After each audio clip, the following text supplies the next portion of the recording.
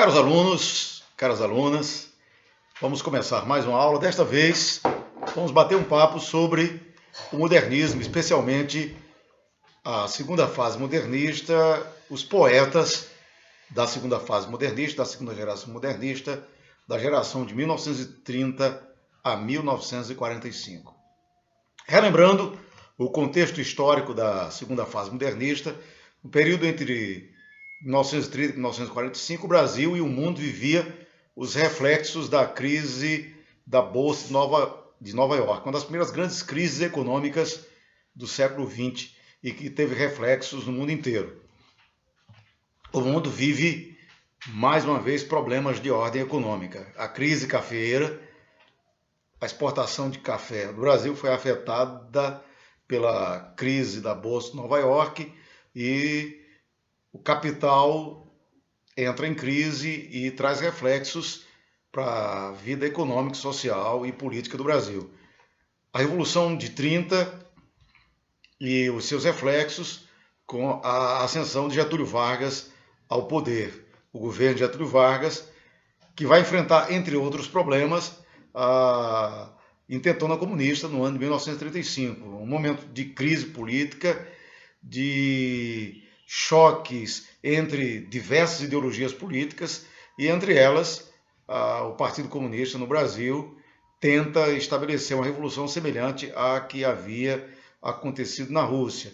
Getúlio Vargas enfrenta essa resistência com mão muito forte e acaba, em alguns momentos, se cedendo, e nós temos uma crise política intensa, disputa pelo poder por diversos grupos ideológicos distintos e diversos. O Estado Novo, o governo de Getúlio Vargas, a ascensão do nazismo e do fascismo, nazismo na Alemanha, o fascismo na Itália, governos totalitários cujas ideias totalitárias se espalham também e chegando, inclusive, a surgir no Brasil grupos defensores de ideias totalitárias semelhantes às do nazismo e às do fascismo. E o governo brasileiro enfrenta todo esse momento, toda essa crise e esses conflitos políticos. No caso brasileiro, isso aí vem se acentuar também com a questão do coronelismo, as lideranças políticas do interior, o governo muitas vezes marcado por corrupção, por atrocidades, por violências. A política do café com leite, os fazendeiros de café de São Paulo, os fazendeiros de gado de Minas Gerais, que administram a política interiorana, o controle, o voto de cabresto, combate à expansão socialista comunista no mundo e no Brasil também, e, nesse contexto, a Segunda Guerra Mundial, a Grande Guerra Mundial, a Segunda Guerra. É nesse contexto de crises ideológicas, de crises econômicas, de crises políticas, de guerras, de confrontos, de governos totalitários, que a literatura modernista será produzida no Brasil. E é nesse contexto que surgirão os poetas modernistas. Antes de abordarmos os poetas do modernismo brasileiro, vamos apresentar algumas distinções entre a primeira fase modernista, a geração de 22, a chamada fase heróica, constituída pelos escritores que implantaram o modernismo no Brasil, e a geração de 30, que é a fase de consolidação. A diferença básica entre essas duas fases, ou essas duas gerações do modernismo, é que a primeira geração, a primeira fase, a fase de Oswald de Andrade, de Mário de Andrade, a fase de Manuel Bandeira, foram os escritores que enfrentaram a resistência, que enfrentaram o pensamento conservador que existia na arte e na literatura, para combater as velhas ideias parnasianas, as velhas ideias realistas, as velhas ideias advindas dos séculos, oriundas do século XIX. Eles assumiram uma atitude revolucionária, uma atitude anárquica, demolidora, irreverente, de ruptura total com o passado e, sobretudo, por influências das vanguardas europeias. A geração de 30, os escritores que se iniciam a partir de 1930, eles não têm mais essa preocupação de combater as velhas ideias do passado, porque essas velhas ideias do passado, elas já não existem no campo da literatura. Os escritores de 1922, da geração de 22, já haviam se consolidado, já haviam marcado espaço no cenário da literatura nacional. Então, a preocupação desses poetas não será mais essa de combater as velhas ideias do passado. A preocupação principal agora será de amadurecer, de construir uma literatura crítica, consciente, de análise dos problemas brasileiros, uma literatura voltada agora para questionamentos mais complexos da realidade política, social e humanista do país. Então, a geração de 30 é uma geração que consolida, que amadurece, que estrutura com maior aprofundamento as letras e a literatura nacional. Enquanto na primeira fase do modernismo, geração de 22, a preocupação era o questionamento da estética cultural, principalmente da estética cultural do passado, e com propostas de uma nova estética, a geração de 30 não tem mais essa preocupação, porque essa nova estética já estava estabelecida. Agora, os questionamentos são de natureza humanista, de natureza política, de natureza social, principalmente uma produção artística voltada para a denúncia de problemas sociais, denúncia da exploração do homem pelo próprio homem, da violência, da opressão, denúncia da miséria, a denúncia da injustiça social. Essa será a grande preocupação dos escritores da geração de 30, da segunda fase modernista. Enquanto a primeira fase modernista, a grande preocupação era a busca da identidade do homem brasileiro, a geração de 30, a geração da segunda fase, se estruturará, será uma produção literária preocupada em revelar as perplexidades ante a possibilidade de anulação do ser humano diante do mundo em crise, diante da guerra, diante dos graves problemas econômicos que o capitalismo, principalmente o capitalismo financeiro, começa a gerar. E a preocupação com a massificação, com a anulação das individualidades humanas, o questionamento do intenso processo de desumanização do ser humano com as novas realidades existentes no mundo capitalista. Então, a preocupação da segunda fase é outra, né? Aqui está o quadro da Tarsila do Amaral, a preocupação social, a preocupação com a miséria, com a fome, com a pobreza, com a violência, com a exploração do homem pelo próprio homem, com as desigualdades sociais, com as injustiças, com a sociedade que exclui seres humanos e que cria uma horda de seres humanos marginalizados, vai estar presente na pintura, vai estar presente na literatura. Aqui na pintura, nesse quadro da Tarsila do Amaral, um grupo, uma família, pessoas pobres, veja só, seres humanos descalços esperando o trem para ocupar o vagão na segunda classe. Aqui está o quadro de Cândido Portinari, o quadro Os Retirantes, representativos do grande tema da segunda fase modernista, que é a temática da seca, a temática do drama dos retirantes, a fuga de uma região inóspita, hostil, seca, fruto do latifúndio, fruto da violência, gente faminta, gente miserável. Olha só, uma família, a criança representada aqui na imagem, na fotografia, esquelética, lembra e sugere a morte, as crianças magérrimas, magras, o rosto do senhor idoso, o rosto do pai da família, a barriga da criança grande, barriga d'água, né? O cenário no fundo cheio de pássaros sinistros, aves de rapina, urubus, os ossos secos no solo, aí uma imagem forte, grotesca, pintada à maneira das pinturas expressionistas, para revelar a dor, o sofrimento, a intensidade da desgraça e da miséria humana nesse cenário de seca e de exclusão social. Isso é a grande proposta da segunda fase modernista, denunciar os problemas de ordem social, a exclusão, a marginalização de seres humanos diante de uma realidade de uma sociedade que marginaliza seres humanos, a pobreza e a miséria. Os principais poetas da segunda fase modernista são os poetas Jorge de Lima, poeta alagoano, poeta das Alagoas, Carlos Drummond de Andrade, de Minas Gerais, talvez o principal poeta dessa segunda fase modernista, o poeta Murilo Mendes, Vinícius de Moraes, que além de poeta foi cantor e compositor, e a poeta ou poetisa Cecília Meirelles. Esses 5 escritores são os principais autores de textos poéticos, de textos no formato de poesia. Até aqui nós estudamos os autores em prosa, Graciliano Ramos, José Luiz do Rego, Raquel de Queiroz, entre outros escritores, Jorge Amado. Agora vamos estudar a poesia, escritores que escrevem textos em versos, na modalidade de poesia.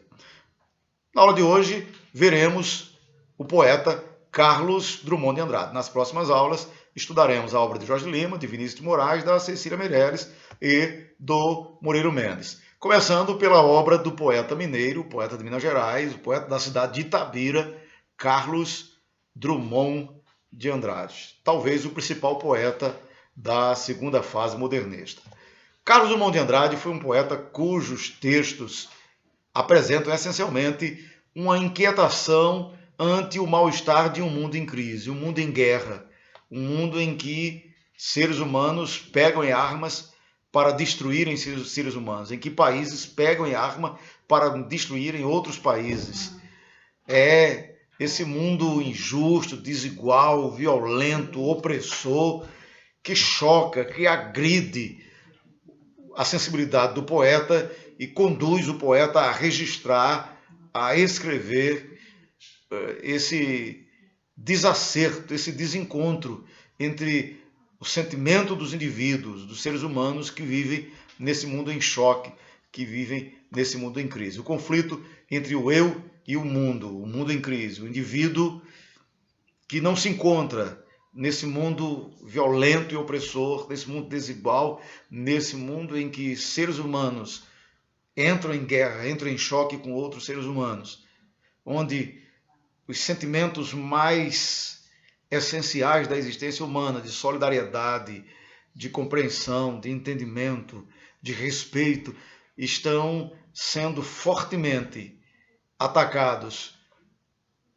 por um mundo em guerra, por um mundo em constante desigualdade social. Isso vai marcar profundamente a poesia do escritor Carlos Drummond de Andrade. Nós vamos analisar aqui alguns textos do Carlos Drummond para entender como essa inquietação do poeta ante esse mundo em crise, ante esse mundo em conflito, o conflito entre o indivíduo que pensa, que reflete, e essas atrocidades que lhe circundam.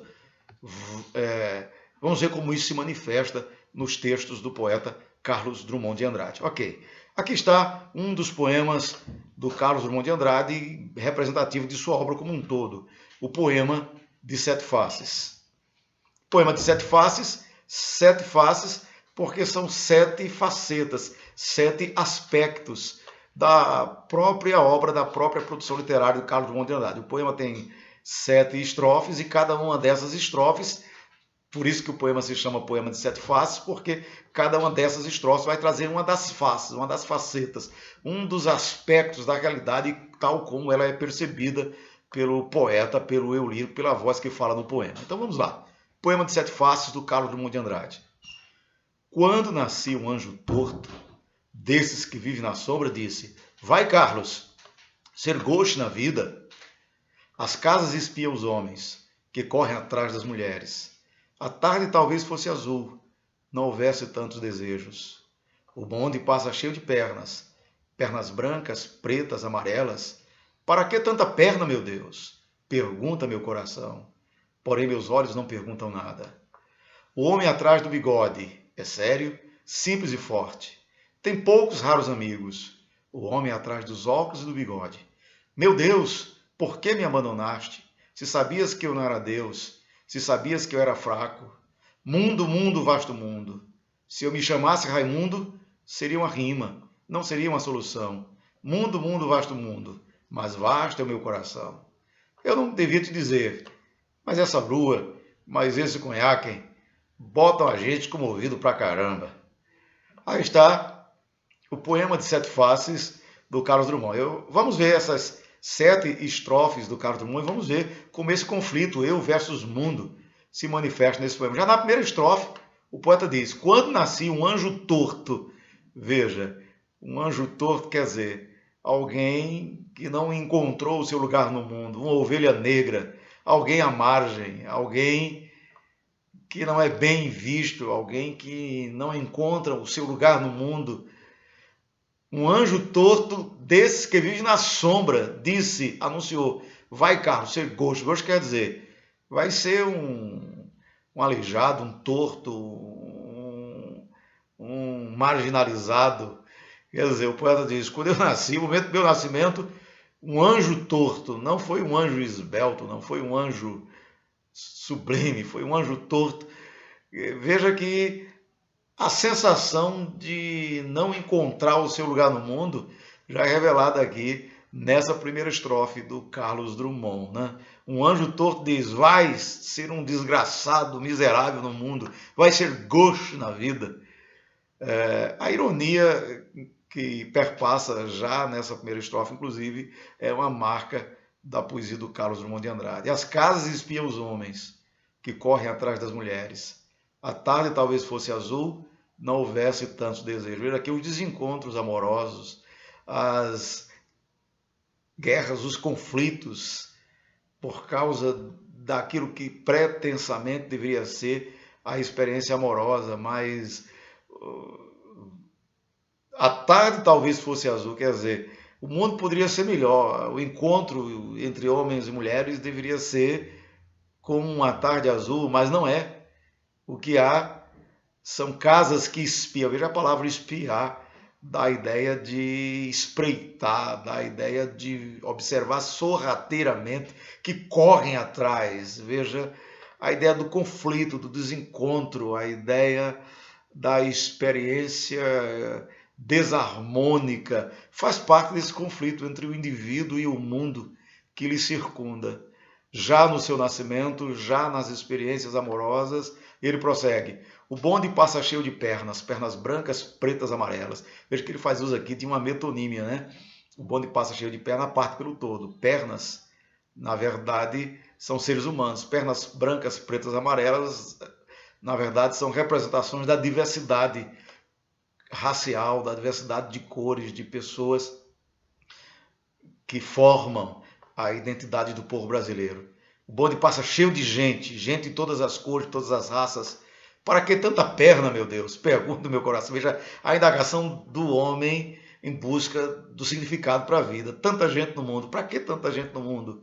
Porém, meus olhos não perguntam nada. Veja a inquietação existencial, a busca de respostas para perguntas cujas respostas não as temos. Faz parte da poesia do Drummond.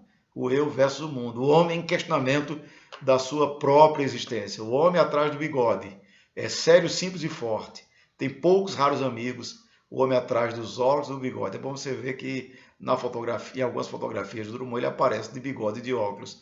Veja que é uma autorreflexão sobre sua própria condição, uma espécie de reflexão autobiográfica. Há alguns poemas do Carlos Drummond em que ele faz isso também. Esse poema de Sete Faces é interessante porque cada uma das estrofes mostra uma das faces, ou seja, um dos aspectos temáticos que são abordados ao longo da obra do poeta Carlos Drummond de Andrade. Meu Deus, por que me abandonaste? Sabias que eu não era Deus?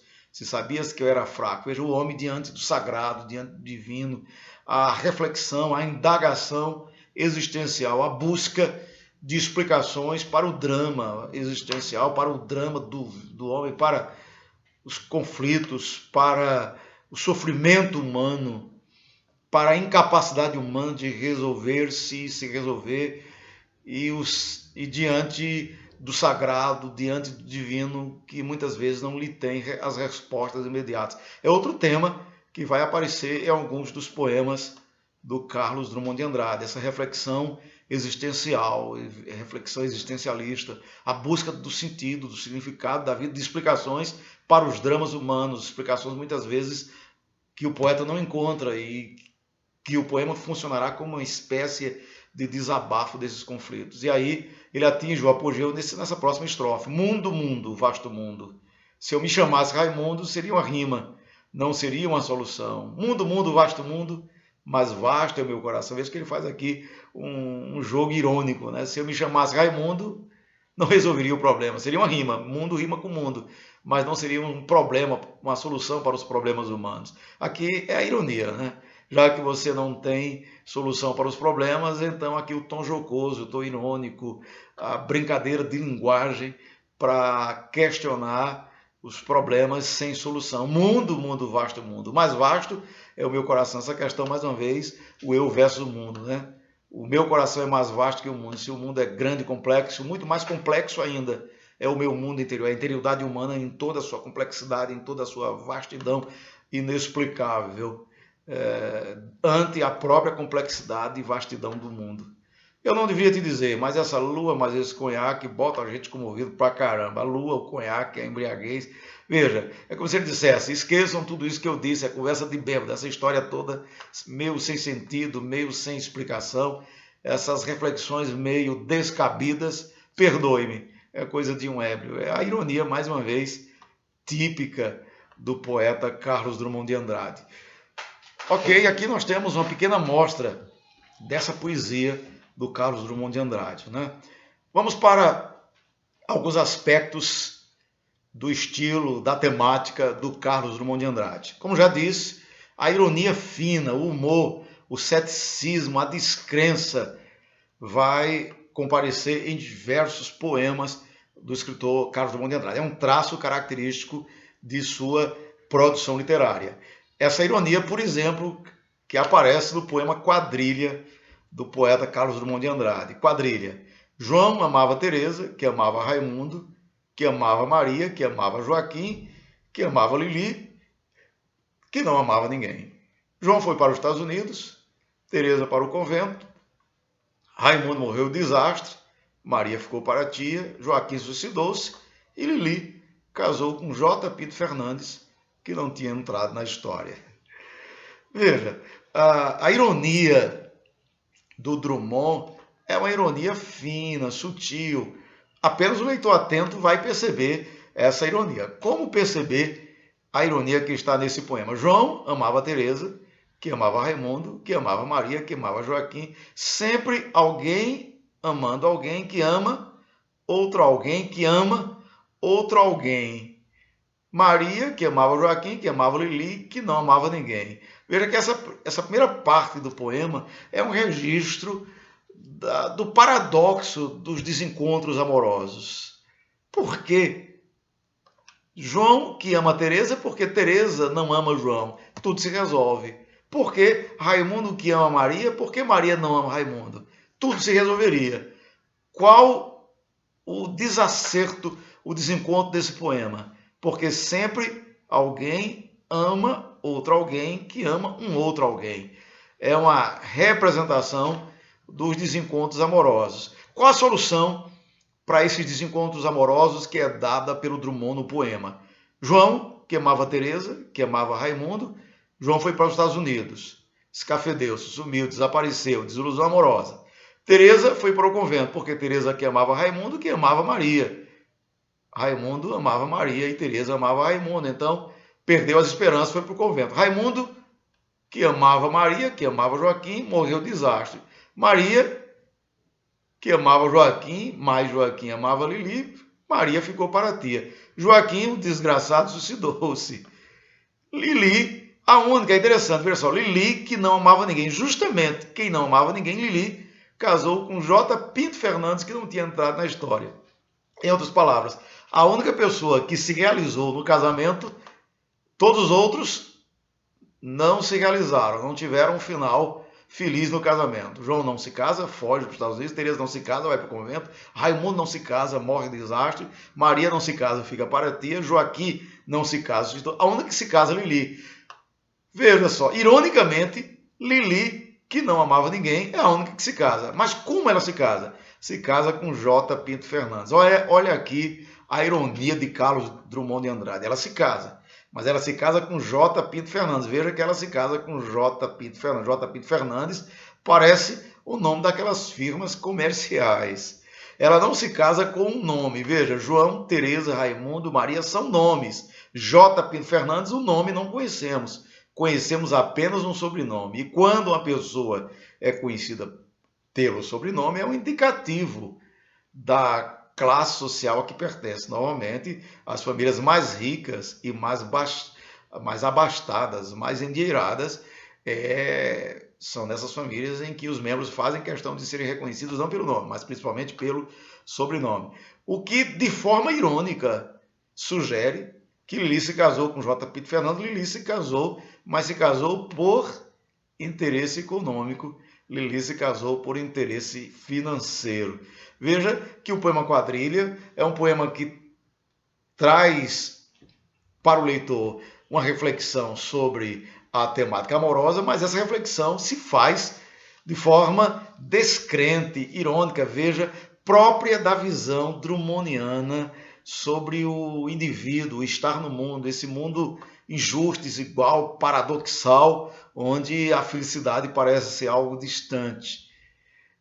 A grande ironia é que as pessoas que amavam de fato, todas elas vivem desilusões amorosas. E a única que se casa é justamente Lili, que não amava ninguém. E o poema, de forma irônica, sugere que se casou por interesse.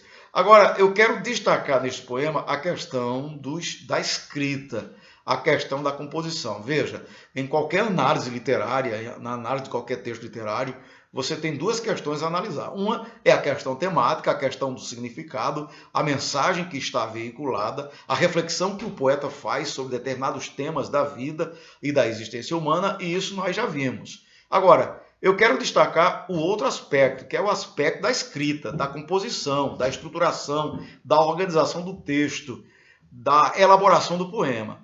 Eu chamo a atenção para vocês para o fato de que o poema tem como título Quadrilha. Veja, estamos numa época junina. Quadrilha sugere o quê? No caso aqui, quadrilha é a festa junina. O que é que ocorre na festa junina? Lembram? Vocês que são de Recife devem estar bem lembrados que na festa junina, o que é que acontece? Nós temos os diversos casais que compõem a quadrilha, e à medida que a música vai tocando, em determinados momentos, conforme determinados comandos que são dados na música da quadrilha, há uma troca de casais, não é? O namorado de uma moça troca de pares, e essa troca sucessiva compõe a quadrilha. Veja que o poeta, para fazer referência aos desencontros amorosos, ele traz para dentro do texto a imagem poética da troca de casais que se efetiva dentro da festa popular quadrilha, da festa junina quadrilha. A troca de casais que promove o desencontro amoroso na quadrilha, na festa junina, é representada literariamente na troca que ocorre aqui da destinação da experiência amorosa. João que ama Teresa, que ama Raimundo, que ama Maria, que ama Joaquim, que ama Lili, que não amava ninguém. Veja aqui o movimento da quadrilha, da dança, da troca de casais se reproduz no texto de forma literária. Essa apropriação poética da troca de casais que se faz na quadrilha festa junina é reapropriada, reincorporada no texto de Carlos Drummond de Andrade, dando um novo significado para a festa popular. Isso é interessante, é algo que precisa ser visto. É isso que faz esse poema deixar de ser um simples poema e adquirir um novo status do ponto de vista estético, do ponto de vista da sua elaboração, da sua construção. Você lê esse poema e não entender o porquê da relação entre quadrilha e o que está escrito no poema, seria perder 50% da beleza poética que há nesse texto de Carlos Drummond de Andrade. A associação entre o título do poema como sendo um índice para fazer a associação entre os desencontros amorosos que ocorrem no texto e a troca de casais que ocorre na festa junina. Ok? Vamos para outro aspecto da poesia de Carlos Drummond de Andrade. O desajustamento do indivíduo. O indivíduo que não encontra o seu lugar, o seu espaço. O indivíduo que se sente uma ovelha negra, que se sente um marginalizado, um excluído no mundo em crise. Vejamos esse poema aqui. O poema José. Apenas não está o poema inteiro, um fragmento do poema José. José. E agora, José? A festa acabou, a luz apagou, o povo sumiu. a noite esfriou. E agora, José? E agora você que é sem nome, que zomba dos outros, você que faz versos, que ama, protesta. E agora, José? Está sem mulher, está sem discurso, já não pode beber, já não pode fumar, cuspir já não pode. A noite esfriou e o dia não veio, o bonde não veio, o riso não veio a utopia, e tudo acabou, e tudo fugiu, e tudo mofou. E agora, José? Com a chave na mão, quer abrir a porta, não existe porta. Quer morrer no mar, mas o mar secou. Quer ir para Minas, Minas não há mais. José, e agora? Veja, esse poema é um poema emblemático da poesia de Carlos Drummond de Andrade, representativa desse desajustamento do indivíduo.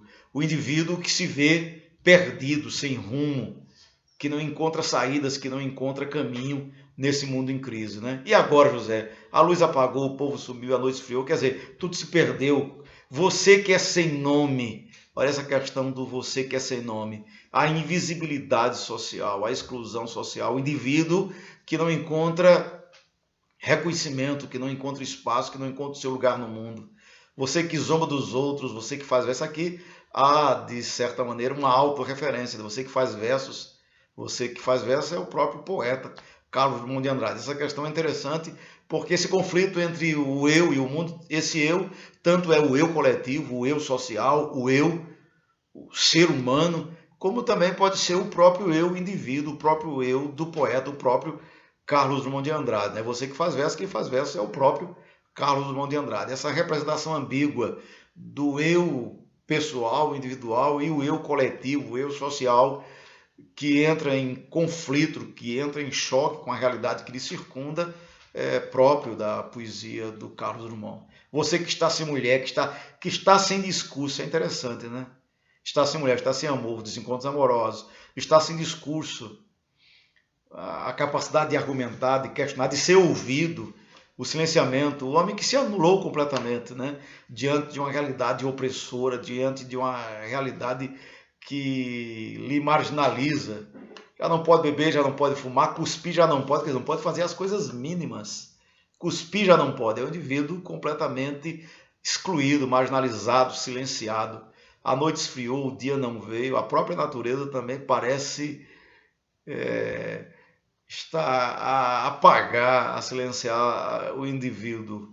O bonde não veio, o riso não veio a utopia, tudo acabou, tudo fugiu, tudo mofou. Com a chave na mão quer abrir a porta, mas a porta não abre, não existe porta sequer. Quer morrer no mar, mas o mar secou. Quer ir para Minas, Minas não há mais. Aí fica a pergunta, e agora, José? É bom lembrar que esses poemas do Carlos Drummond foram escritos na época da guerra, da Segunda Guerra Mundial. O poema é reflexo de uma voz poética contemporânea de um mundo que se esboroa, que se desfaz, que se destrói e que parecia ser o fim de tudo e todas as coisas. Daí esse ceticismo, essa descrença, esse conflito do indivíduo, esse desajustamento do indivíduo próprio desse poema do Carlos Drummond de Andrade. Não percam de vista o momento em que o poema é escrito. Os poemas de Drummond são escritos durante o período que antecede a Segunda Guerra, durante o período da Segunda Guerra Mundial e no período posterior, imediatamente posterior à Segunda Guerra Mundial, que é o período da Guerra Fria, também é um período de incertezas, de inseguranças. E isso vai, de forma contundente, impactar e aparecer de alguma forma nos poemas do Carlos Drummond de Andrade. Outro aspecto da poesia de Carlos Drummond de Andrade é a poesia metalinguística. O que é a poesia metalinguística? Metalinguística vem de metalinguagem. Metalinguagem é quando a linguagem se debruça sobre a própria linguagem, quando a língua reflete sobre aspectos da própria língua, quando o poeta escreve poemas refletindo sobre o próprio ato de escrever poesias. Isso é poesia metalinguística. Quando um pintor faz uma pintura em que se representa a própria arte de pintar. Quando um cineasta faz um filme que trata sobre o próprio ato de fazer, de produzir filmes. Um filme que tem como temática o cinema, é um filme metalinguístico. No caso aqui, a poesia metalinguística é a poesia que tem como tema, como assunto, a própria reflexão sobre a poesia, sobre a linguagem. Drummond tem diversos poemas em que ele reflete sobre o próprio ato de escrever, o próprio ato de fazer poesias. Aqui está um deles, o poema Procura da Poesia, em que aparece poesia metalinguística. Penetra surdamente no reino das palavras. Lá estão os poemas que esperam ser escritos. Estão paralisados, mas não há desespero. Há calma e frescura na superfície intacta. Ele os sóis e mudos, em estado de dicionário. Chega mais perto e contempla as palavras. Cada uma tem 1000 faces secretas sob a face neutra. E te pergunta, sem interesse pela resposta, pobre ou terrível que lhe deres. Trouxeste a chave? Veja aqui um exemplo clássico da poesia metalinguística em Carlos Drummond. Penetra no reino das palavras. Veja só, imagine você que vai escrever uma redação, a redação do vestibular, você recebe o tema, recebe a folha de papel, recebe a caneta, na sua redação do Enem, e você precisa tirar a nota 1000, recebeu o tema, está com a caneta na mão, é a sua vez de você penetrar no reino das palavras. Lá estão os poemas que esperam ser escritos. No reino das palavras estão os poemas, estão os textos que esperam ser escritos. Estão paralisados. Imagine você, eu estou com o papel em branco, estou com a caneta. No reino das palavras estão todos os textos que esperam ser escritos, mas eles estão lá, no reino das palavras. Estão paralisados, esperando que eu vá lá.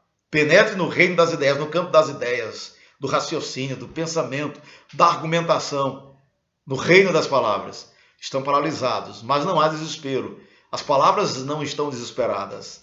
Há calma e frescura na superfície intacta. Ele os sóis e mudos em estado de dicionário. Os textos, todos os textos que serão escritos, estão no reino das palavras, esperando que eu, que você, que todos nós que escrevemos, entremos nesse reino.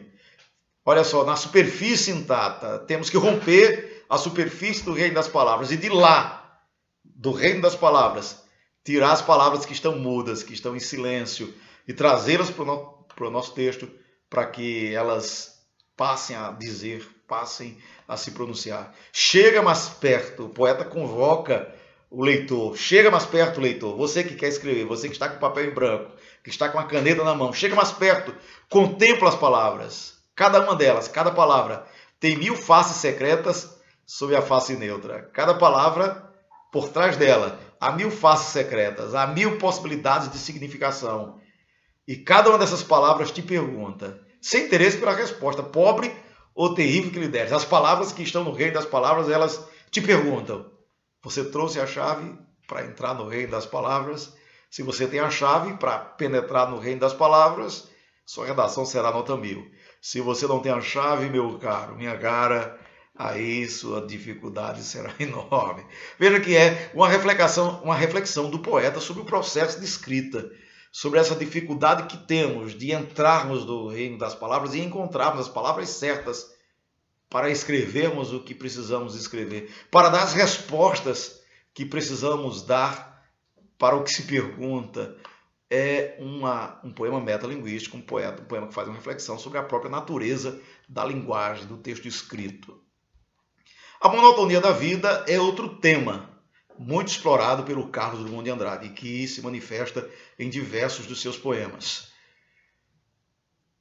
A vida rotineira, a vida cotidiana, a vida construída e constituída por ações que se repetem dia após dia após dia. Aqui está o poema Cidadezinha Qualquer, que é um dos poemas mais representativos da presença da monotonia da vida na poesia do Carlos Drummond. Cidadezinha Qualquer. Casas entre bananeiras, mulheres entre laranjeiras, pomar, amor, cantar. Um homem vai devagar, um cachorro vai devagar, um burro vai devagar. Devagar as janelas olham. Eita vida besta, meu Deus. Ok, veja só. Cidadezinha Qualquer, a começar pelo título do poema, né? Cidadezinha Qualquer. Veja, é uma cena que acontece em qualquer cidadezinha.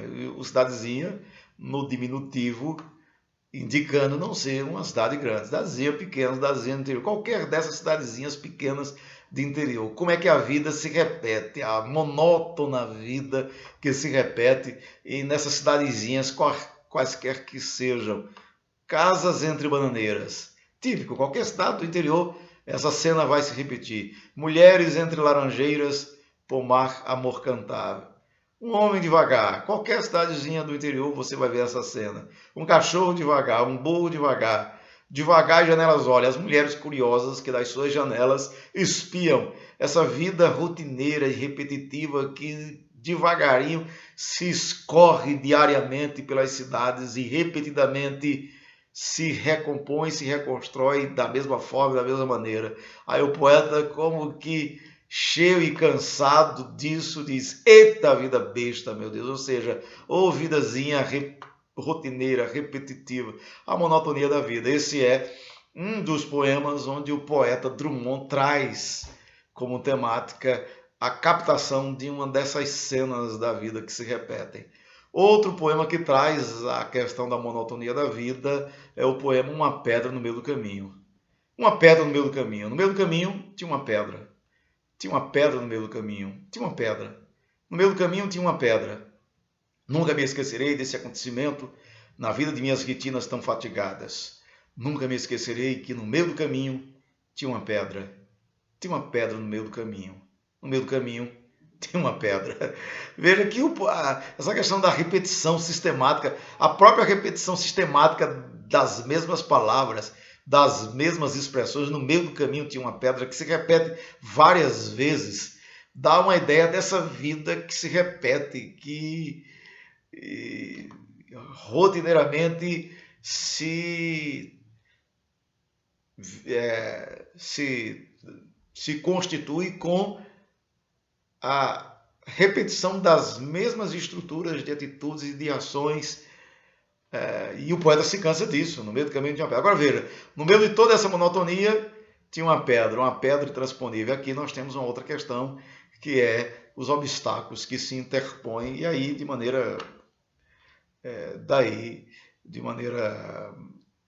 que essa metáfora da pedra no meio do caminho acabou se incorporando à própria realidade social e cultural do Brasil. Quando alguém está com uma dificuldade, está com um obstáculo, a primeira coisa que diz: tem uma pedra no meio do caminho.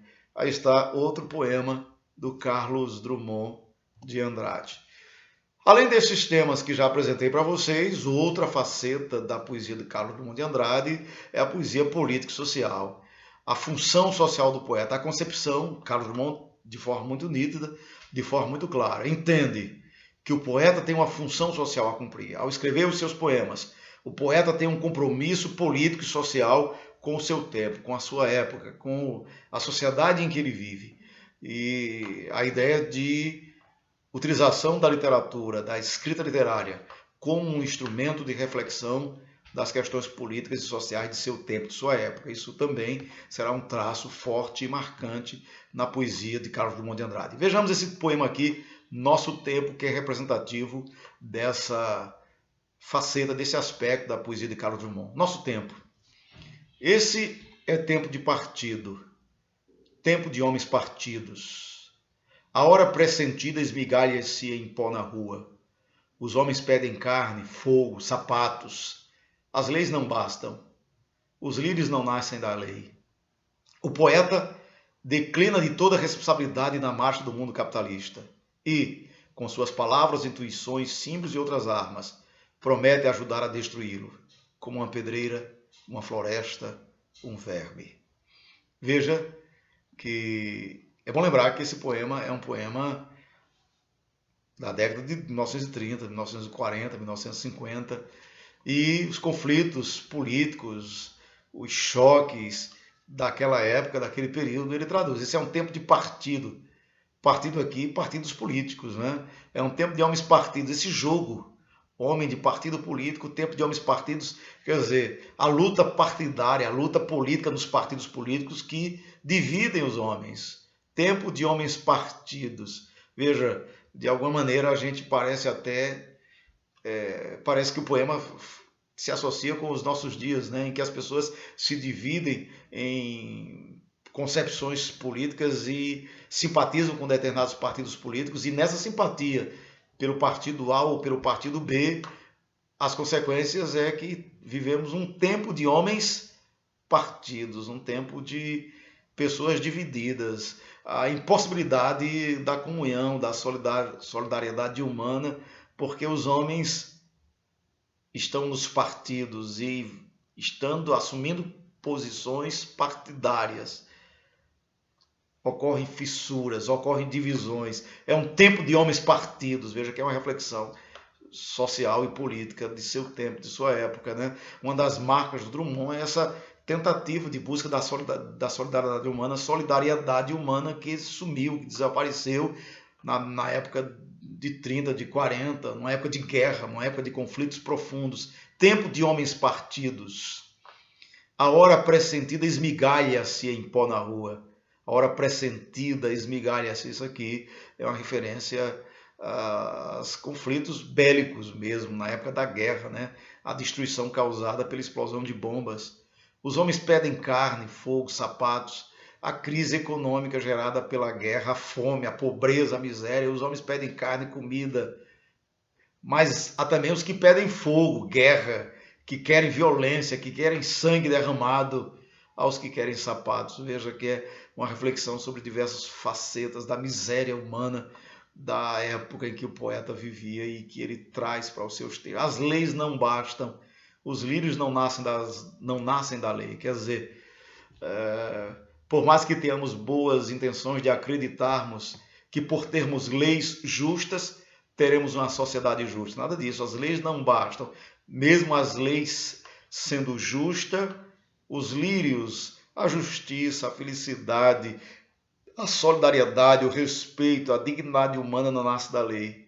Porque a lei, letra no papel, sozinha, por si só, não é capaz de gerar a justiça social, a solidariedade que os escritores do modernismo por ela tanto esperavam. Ele diz, o poeta declina de toda a responsabilidade na marcha do mundo capitalista. O poeta diz, eu não sou responsável por essas coisas que estão acontecendo nessa sociedade capitalista. E o poeta, que não pode fazer muita coisa, mas com suas palavras, intuições, símbolos e outras armas, promete ajudar a destruir o mundo injusto, desigual, como quem destrói uma pedreira, como quem destrói uma floresta, como quem destrói um verme. Veja só, destrói-se uma pedreira com instrumentos de destruir pedras. Destrói-se uma floresta com instrumentos de destruir árvores. Destrói-se um verme com instrumentos de destruir verme. Destrói-se o mundo injusto e desigual com que o poeta destrói com suas palavras. Assim como o engenheiro destrói a pedreira, assim como o seringueiro, o agricultor destrói a floresta, assim como o médico destrói o verme, o poeta vai destruir a injustiça do mundo capitalista com suas palavras, com suas intuições, com seus símbolos, com suas metáforas literárias e com outras armas da escrita. O poeta se compromete a usar o seu texto para condenar, para combater as injustiças sociais, políticas do seu tempo. Veja que é esse engajamento político e social próprio da poesia do escritor Carlos Drummond de Andrade. Nesse poema Mãos Dadas ele diz, não serei poeta de um mundo caduco, não vou cantar o passado, né? Não vou cantar as ideias velhas, também não cantarei o mundo futuro, estou preso à vida e olho os meus companheiros, estão taciturnos, mas nutrem grandes esperanças, entre eles considero a enorme realidade, o presente é tão grande, não nos afastemos muito, vamos de mãos dadas. Veja a ideia de solidariedade do poeta, do escritor, com a sociedade, com os homens do seu tempo. Não serei o cantor de uma mulher, ou seja, não vou cantar poemas apaixonados. Não serei o cantor de uma história, ou seja, não vou fazer poemas épicos sobre coisas que aconteceram no passado. Não direi suspiros anoitecer, isso aqui é uma crítica ao romantismo, né? Não vou ficar fazendo poemazinhos de amor apaixonados sobre coisas fantasiosas e imaginárias. A paisagem vista da janela, não vou ficar fazendo poemas sobre as belezas das paisagens. Isso aqui é uma crítica também ao romantismo, que fazia poemas apaixonados por mulher, suspiros a anoitecer, sobre a natureza. Não é sobre isso que ele está dizendo. O compromisso do poeta Carlos Drummond é com o quê? Não distribuirei entorpecentes ou cartas de suicida, não fugirei para as ilhas, nem serei raptado por serafins. Isso aqui é uma crítica aos simbolistas, né? Uma crítica aos parnasianos. O tempo é a minha matéria, o que eu vou cantar nos meus textos, o que eu vou discutir nos meus poemas. O tempo é a minha matéria, o tempo presente, os homens presentes, a vida presente. O compromisso de Carlos Drummond de Andrade com a época em que ele vivia, com o seu tempo. A escrita de textos literários que discutem os problemas que estavam ao seu redor. Isso é a poesia do Drummond, as ideias principais da poesia do Carlos Drummond de Andrade. É isso aí, pessoal. As principais obras que o Carlos Drummond de Andrade escreveu, eu trouxe para vocês alguns poemas, são poemas que estão nestas obras do Drummond. A primeira obra do Drummond, a obra inaugural, alguma poesia, escrita em 1930, Brejos das Almas. Ele publica no ano de 1934. Em 1940, ele publica Sentimento do Mundo, onde aparece o poema de Sete Faces. José, de onde eu extraí o poema que dá título ao livro, é o do ano de 1942, A Rosa do Povo, de 1945, e aí escreve, claro, o Enigma em 50 e outros poemas que ele escreveu posteriormente. É isso aí, meus jovens, muito obrigado, foi muito bom contar com vocês, bons estudos, aprofundem essas reflexões que trouxemos para vocês com a leitura do livro didático e com a resolução de exercícios. Muito obrigado e até a próxima. Até mais.